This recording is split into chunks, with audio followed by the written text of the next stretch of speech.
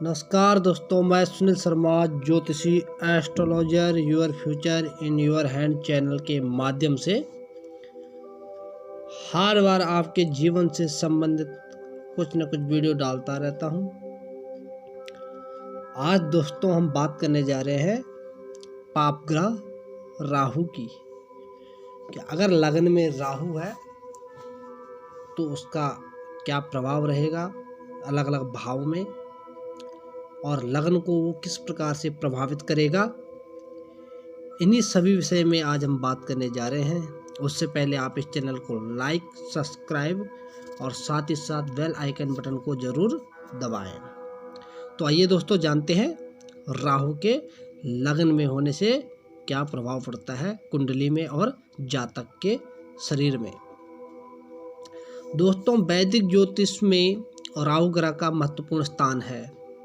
यह ग्रह भौतिक रूप विद्यमान ही नहीं है, बल्कि यह एक आभासी या छायाग्रह है जिसे चंद्रमा के उत्तरी ध्रुव से लिया गया है। यह जाना जाता है। राहु को एक नकारात्मक ग्रह के रूप में जाना जाता है जो भौतिकवादी लाभों के प्रति जातक के मन में भ्रम और लालसा उत्पन्न करता है। यह व्यक्ति में तृष्णा पैदा करता है और दुनिया की सभी सुविधाओं को प्राप्त करने की इच्छा भी जागृत करता है। इसलिए जिन जातकों की कुंडली में प्रथम भाव में राहु स्थित होता है, राहु बैठे रहते हैं, विराजमान रहते हैं, वे स्वार्थी हो सकते हैं और इनका दृष्टिकोण आत्म केंद्रित हो सकता है। साथ ही साथ वे लोग अहंकारी भी हो सकते हैं और अधर्मी जीवन की ओर अग्रसर हो सकते हैं। दोस्तों, राहु ग्रह पाप ग्रह होता है और यह केंद्र में बैठने से हमारे पंचम भाव, सप्तम भाव और भाग्य स्थान को प्रभावित करता है। अगर लग्न में राहु पर किसी शुभ ग्रह की दृष्टि है तो शायद इस चीज में कमी हो सकती है, क्योंकि राहु का प्रभाव तभी कम हो सकता है जब राहु पे लग्न में किसी पवित्र ग्रह का दृष्टि हो, बलवान ग्रह हो। इसी से इसका राहु का प्रभाव कम किया जा सकता है। दोस्तों, राहु के सकारात्मक लक्षण, जैसे कि राहु प्रथम भाव में उपस्थिति, राहु की उपस्थिति जो है प्रथम भाव में जातकों में सफलता की भूख पैदा करती है। वह दृढ़ता से सामाजिक सीढ़ी पर चढ़ने की इच्छा रखते हैं और उस स्थिति में अधिक प्रभावशाली और धनवान बनना चाहते हैं। जिसमें वे पैदा हुए थे वे प्रतिस्पर्धी होते हैं और यह रवैया इन्हें जीवन के विभिन्न क्षेत्रों में प्रदर्शन करने और उत्कृष्ट बनाने के लिए प्रेरित करता है। दोस्तों, क्या आप भी 2021 में सफलता पाना चाहते हैं तो प्राप्त करें अपना व्यक्तिगत विस्तृत राशिफल 2021।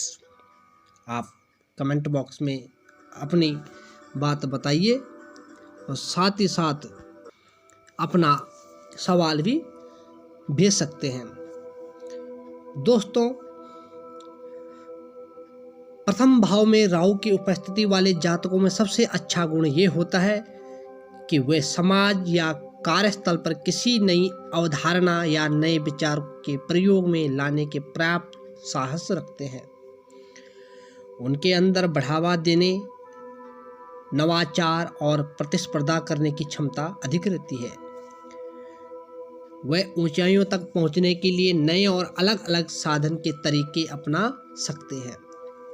कुंडली के पहले भाव में राहु के अनुसार ऐसे जातक तब तक साधनों के बारे में अधिक परेशानियां नहीं करते जब तक कि वे उन साधनों का उपयोग करते हुए अपने लक्ष्य तक नहीं पहुंच जाएं। इसके अलावा दोस्तों, पहले भाव में राहु वाले जातक समाज के पारंपरिक मानदंडों के प्रति सवाल उठाते हैं और पुराने और तौर तरीकों को तोड़ने लग जाते हैं।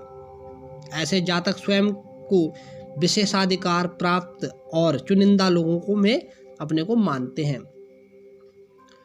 उन्हें लगता है कि वे दूसरों के ऊपर है। वे बहुत बड़े अनुपात में चीजें चाहते हैं, बड़ा और बेहतर, महान और उत्तम।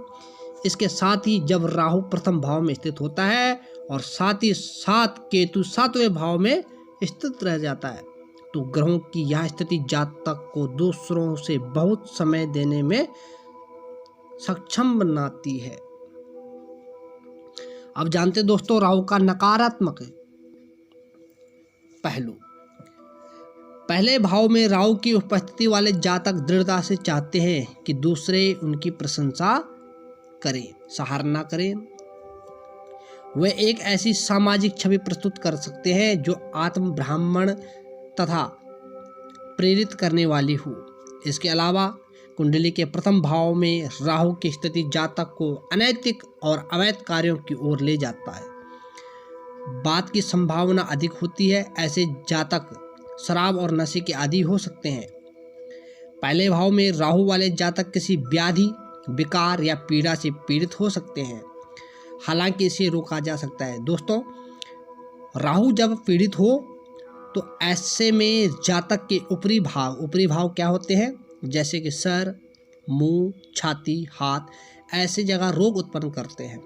ऐसे जगह रोग उत्पन्न होने से बीमारी जल्दी समझ में नहीं आती, पकड़ में नहीं आती, अंत समय में पकड़ में आती है।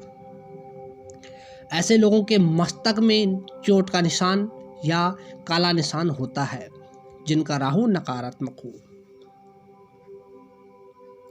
आप भी जन्मपत्री की सहायता से अपनी कुंडली में ग्रहों की लाभकारी स्थिति का पता लगा सकते हैं और हानिकारक ग्रहों के प्रभाव को समाप्त कर सकते हैं। दोस्तों इसके अलावा राहु उन अधूरी इच्छाओं और कामनाओं के प्रति अपने शास्त्र के हिसाब से चलता रहते हैं और अपने मस्तिष्क में वे अधूरी इच्छाएं जागृत करते हैं और उन अधूरी इच्छाओं की पूर्ति करना चाहते हैं। इस प्रकार राहु जुनून, इच्छाओं, भ्रम, हताशा जैसी समस्त भावनाओं पर शासन करते हैं। साथ ही पहले भाव में राहु वाले जातक अपनी क्षमताओं का आंकलन और मूल्यांकन करने में समर्थक होते हैं और इसलिए वे जीवन में व्यावहारिक लक्ष्य और उद्देश्य निर्धारित कर लेते हैं। प्रथम भाव में राहु की स्थिति जातक को भौतिक लक्ष्यों, नाम, प्रसिद्धि, हैसियत आदि के पीछे भागने के लिए प्रेरित करती है, जिन्हें जातक कम से कम समय में प्राप्त करना चाहते हैं। इस प्रकार प्रथम भाव में राहु जातक को बुराई और अनुचित चीजों की ओर ले जाता है। खैर राहु ग्रह मोटे तौर पर ब्रह्मांड के नकारात्मक ऊर्जा का प्रतिनिधित्व करता है। यह जातक को भ्रम और खराब स्थिति में डालकर इनसे अपने को हानि पहुंचाता है, हमें बुरे कर्म करने के लिए बाध्य कर सकता है। यह हमें स्थूल रूप में भौतिकवादी बना इच्छाई अच्छा रूप में प्रेरित करता है तथा अच्छाई और खुशी के रास्ते से दूर ले जाता है। हमें इस ग्रह के प्रति सचेत और बहुत सावधान रहना चाहिए।